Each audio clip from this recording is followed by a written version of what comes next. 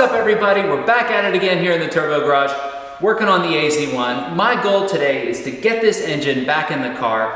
I tell you, every time I come out here and just see parts everywhere in the little car on the lift, I just can't deal with it anymore. The AZ-1 was built to run, and I just gotta get it out of here. I gotta get behind the wheel again.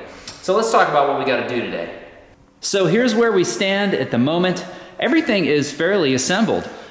When I've had a moment here and there, I've snuck out here, I got the transmission on, cut to that footage now. Okay, I got the new release bearing on there. And this one here, the stock one, completely seized up. I'm sure some of those chunks got in here and just wreaked havoc.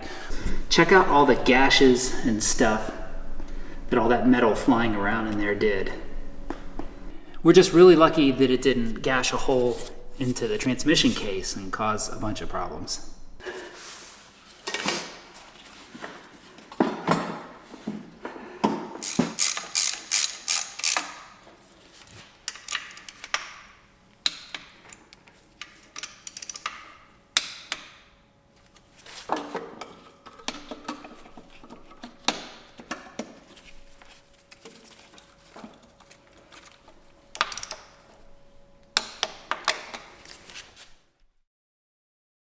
Okay, here's a look at the stock downpipe for the AZ-1. You can see it's got a catalytic converter built into it there.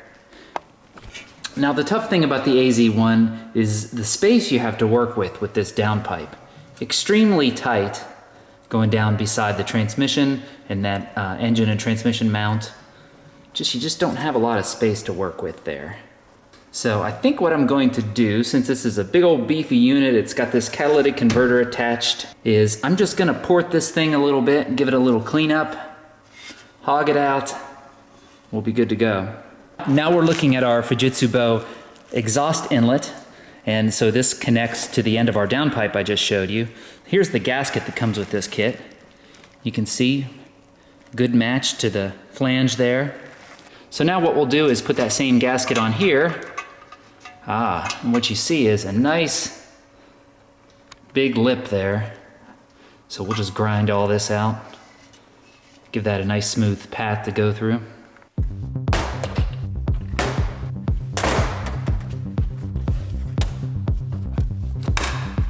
right, let's see. Oh yeah.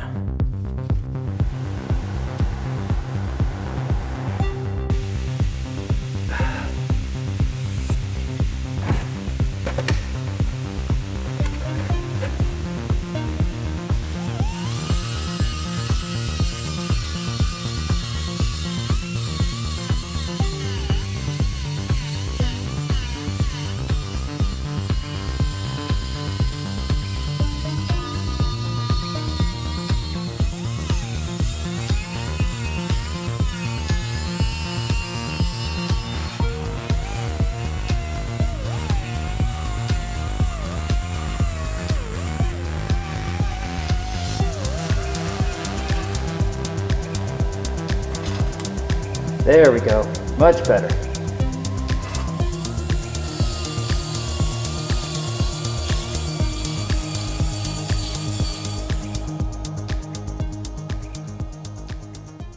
Okay, let's take a look and see how I did here.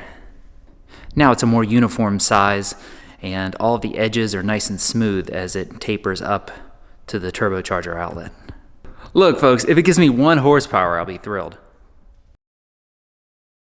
So if you're wondering about the timing belt, the first thing I did was pop off this little cover here and just to sort of look in there and see the condition of the belt. And that was my first clue.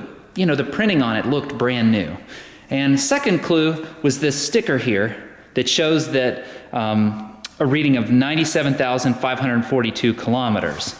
And that was my second clue, that this job might have been done recently. So my next step was to go back into the paperwork. I found paperwork that it was done. That still wasn't quite enough for me, so I tore the alternator off, this mount, everything off here, took the whole timing cover off, and water pump, tensioners, everything was brand new in there.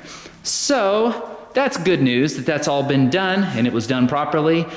Oh, and I also bolted back on our newly ported downpipe here. Can't wait to see how that works, if it gives us a little bit of spool improvement. All right, so now that we're all caught up, our next job is to get the AZ-1 up in the air, drive this whole beast back under the car, drop the AZ-1 down, bolt everything up, connect everything, and see how that goes. Let's get to work.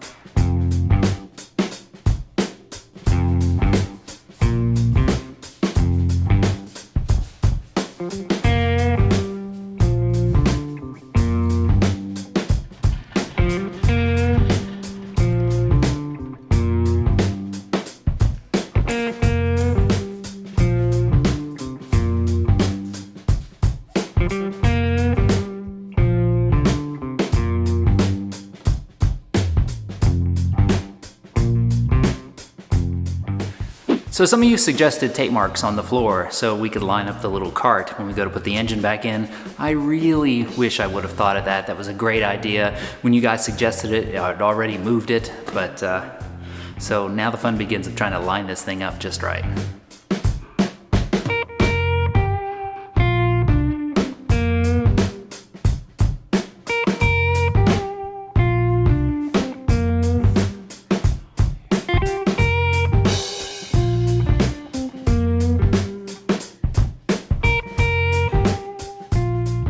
Lined up there. The cart has a lot of give to it, and you can also slide the whole subframe around on the cart. So it actually is easier to position than I thought it would be. I can't remember if I showed you this last time, but look how perfect all these subframe bolts are that came out of this car. They're all like this. Not even any corrosion, it's beautiful. Hey, I think we got it under here. There's these locating pins that drop down into the subframe, and that really lined everything up for me, other than just a little bit of tweaking. We're right on the money here.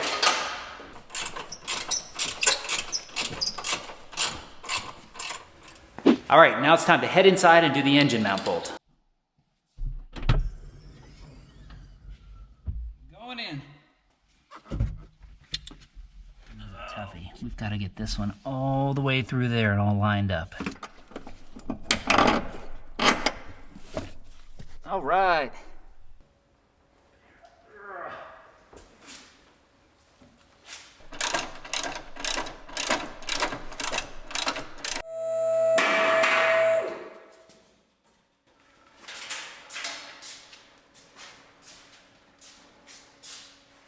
Okay, we've got the drive line all mounted here in the chassis. Now we have about 100 little connectors and hoses and such to install. Okay, one little job we have is to install these new stiffer polyurethane bushings in here. These old rubber bushings, the problem is they get old and then there's tons of flex in this, and you can see right there. And these stiffer ones we have from Torque Solutions, there won't be any movement there. Nice and stiff, much more precise shifts.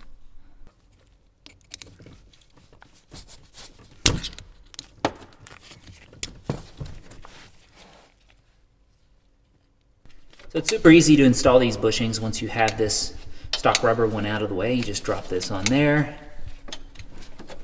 drop that on, and then there's a clip that goes right on top. Final step is the cotter pin. And there we go, all done. Can't wait to see what kind of difference that makes. Coffee break! Oh, sweet warmth. Freezing to death out here. Back to work. I am so glad I labeled everything. You know, it's been a while since I've taken this car apart, and there's so many little vacuum hoses and stuff. I mean, like this. I would have no clue where this thing went. Turns out it goes to this right here. Had them both labeled. Yay! Well, there is a downside to all these little labels, I guess.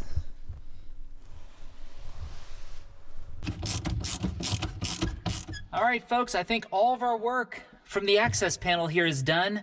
The rest now is underneath, hooking up those axles and the little suspension bits. Let's get to it. All right, the axles are going back in. Here we go. Okay, it's a real moment of truth here. I just got done installing the clutch cable. So let's see. Oh, all right. Oh, clutch feels good. All right. I think I might leave the seat out. This is actually much more comfortable. Look at all the headroom I have now. All right, clutch pedal feels good. All right, get me out of this death trap. Got the whole rear suspension bolted up, axles in, all that stuff ready to go.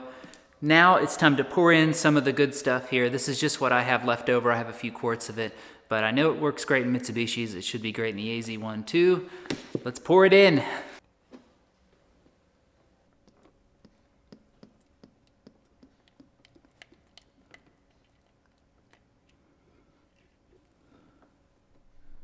Well, this thing's a thirsty little beast.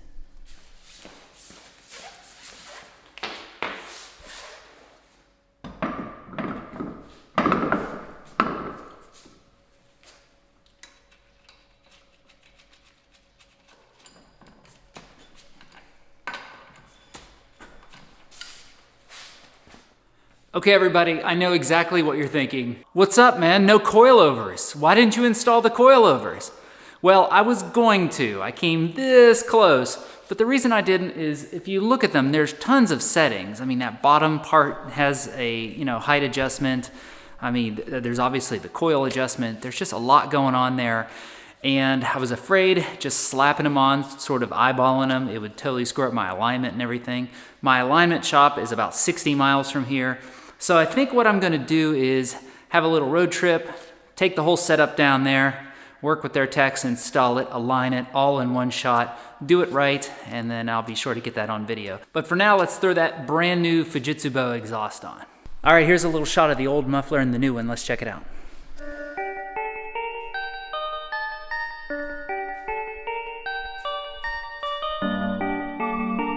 Gonna have to bust out some new gloves for this one.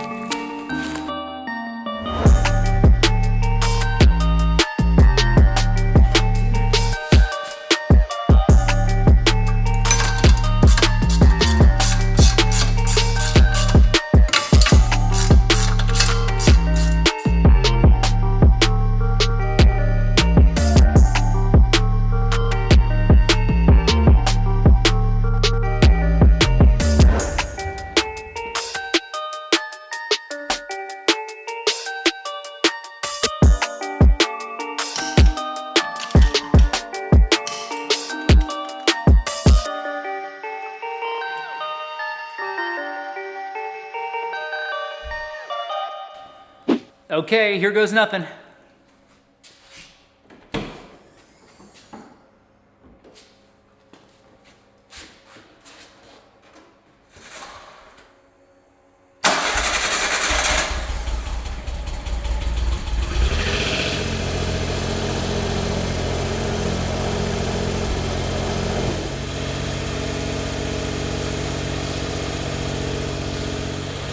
She's a purring.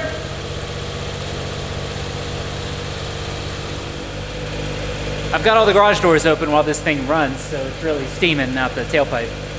All that penetrating oil is burning off right now. Okay, I gotta hear that muffler.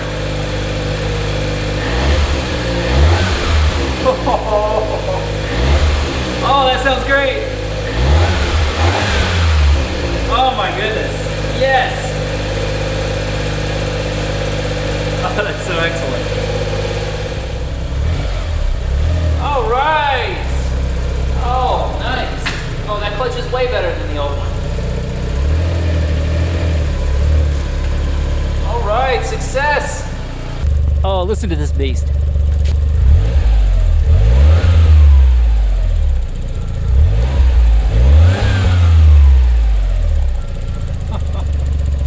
Oh, I love it. All right, folks, well, there's still obviously lots to do. Need to put a seat in it, for example. That's important.